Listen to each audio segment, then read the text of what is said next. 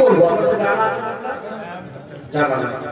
শরীয়তের মশলা হচ্ছে গ্রামের সাধারণ মানুষ যদি কোনো ব্যক্তি মারা যায়,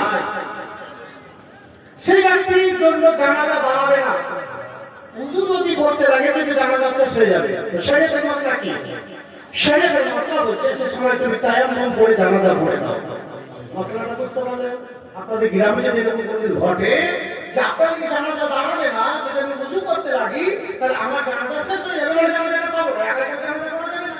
তাহলে ওই মুহূর্তে আমি কি করবো? শরীয়তের মশলা কুদরি শরীফে লেখা আছে যে ওই মুহূর্তে আপনি তায়াম্মুম করুন। তায়াম্মুম করবেন, জমিনের মধ্যে হাত দিয়ে চেহারা ঘুরিয়ে দিবেন, দুই হাতে হাতে পর্যন্ত হাত ঘুরিয়ে দিবেন। ঠিক আছে? আরেকটা মশলা বলছি, ধরেন ঈদের নামাজ পড়তে যাচ্ছেন, এমন অবস্থায় ইমাম সাহেব বলছেন আপনারা নিয়ত করুন। এই নিয়ত করতে বলা মাত্রই তার 2 সেকেন্ড বা 1 মিনিট টাইম থাকে। যদি আপনারা যেতে যেতে চপ্পল খুলতে, উযু করতে, পানি খুলতে শেষ হয়ে যাবে, তাহলে ওই মুহূর্তে কি করবেন? ওযু করবেন না জানাজা আপনার ঈদের নামাজ পড়বেন? যদি আপনি উযু করেন কিন্তু জানাজা আপনার ঈদের নামাজ ছুটে যাবে, তাহলে কি করবেন? একা ঈদের নামাজ হবে না। তো শরীয়তের মশলা কি? শরীয়তের মশলা হচ্ছে সেটা তুমি তায়াম্মুম করে দাও, যেমন তুমি জানাজার জন্য করেছো। কথা বুঝতে পারলেন? এই দুইটি মশলা। ধরেন আমার বাপ আব্দুল শুকুর মারা গেছে, ধরেন মারা গেছে, আমি আজকে ঢুকছি জানাজা, ইমাম সাহেব আরম্ভ করে দিবে, এর আগে একটা মশলা আমি বুঝালাম, বুঝতে পেরেছেন? এই আমার আব্বা জানাজা আরম্ভ করে দিবে ইমাম সাহেব, ওই সময় আমি উযু যদি করি লাগি তো জানাজা শেষ হয়ে যাবে, তাহলে আমি উযু করবো না তায়াম্মুম করবো না জানাজাতে সামনে যাবো? মশলা জানা আছে? জানা না?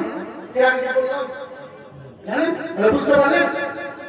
বুঝতে পারলেন কি কি বললেন? কি করবে? তায়াম্মুম করবে না উযু করবে? না, আমি জানবো তায়াম্মুম করবে। সেটাকে মশলা শুনুন। দেন আপনি গ্রামের বড় হতে পারেন, মেম্বার হতে পারেন, প্রধান হতে পারেন, সব আপনি বিচার ধারণা করে করতে পারেন, কিন্তু শরীয়তে বিচার করতে পারবেন না। কথা বুঝতে পারলেন? এই জায়গায় কি করবেন? আমার বাপ যদি মারা যায়, আমার তায়াম্মুম করে উযু হবে না, আপনার জানাজা হবে না, আমাকে উযু করেই জানাজা করতে হবে। তাহলে আপনি বলবেন মরণ হাত দিয়ে আমার জানাজা শেষ হয়ে যাবে। তো শরীয়তের মশলা হচ্ছে ওদের জন্য আবার দ্বিতীয়বার আমি মাওলানা হাফিজুর রহমান যদি গার্জেন আমার মাপে আমি জানাজাকে আবার দ্বিতীয়বার পড়াতে পারবো। কথা বুঝতে পারছেন? অর্থাৎ আমি কি করবো? ওই সময় আমাকে তায়াম্মুম চলবে না, ওখানে আমাকে উযু করেই নামাজ পড়তে হবে।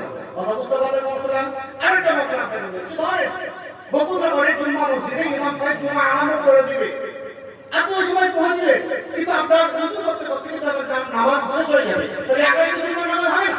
তাহলে আপনি ওই মুহূর্তে কি করবেন? জানা আছে না?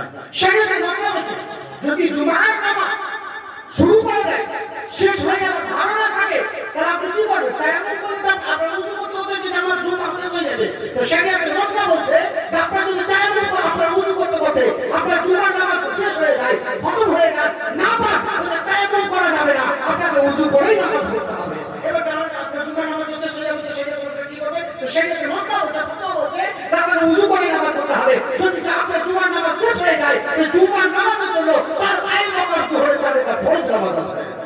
কথা বুঝতে পারলেন? এইটা হচ্ছে শরীয়তের মশলা। বলার উদ্দেশ্য, বলার কারণ বাকিরা আমার সোনার মানিকেরা আগামী বছর যদি জালসা করেন অবশ্যই আপনারা একটা রুটিন তৈরি করবেন, রুল তৈরি করবেন, মাওলানা কটার সময় বক্তব্য দিবে আর কোন বিষয় নিয়ে বক্তব্য শুনবেন। প্যান্ডেল করানোর জালসা নাই, এত টাকা খরচ করে বিলানি করে জালসা নাকি? একটা ইন্দারায় পানি পড়ে গেছে, আপনার ইন্দারায় পানি আছে, সেটাতে মশলা হচ্ছে যদি পুকুর পড়ে যায় তাহলে ওই পানিটাকে ফেলতে হবে, সমস্ত পানি ফেলতে হবে, সমস্ত পানি তুলে ফেলতে হবে, এবং সমস্ত পানি যদি তুলে ফেলে দেন আর পুকুরটা যদি না ফেলে তো জিন্দেগি ভর যদি আপনি পানি খান উযু করেন, ওই উযুতে নামাজও হবে না আর ওই আপনার উযুতে কোরআন শরীফও পড়া যাবে না। বলার উদ্দেশ্য, বলার কারণ আপনি আমি যেটা জানি না, জানার নামই হচ্ছে জালসা করা। বিরিয়ানি খাওয়ার জন্য, মজা নেওয়ার জন্য, রং তামাশার গজল শোনার জন্য শরীয়তের বিধান বলছে না। শরীয়ত তুমি যেটা জানো না সেটা জানার চেষ্টা করো, এর নাম হচ্ছে জালসা। আর এইরকম রং তামাশা করার জন্য জালসা করে নেকি পাবেন না, নেকি পাবেন না, নেকি পাবেন না। বলার উদ্দেশ্য আমি শুনলাম, শোনার পরে আমাকে আপনাদের সকলকে আমাল করতে হবে, আমি যেটা জানি না সেটা জানতে হবে।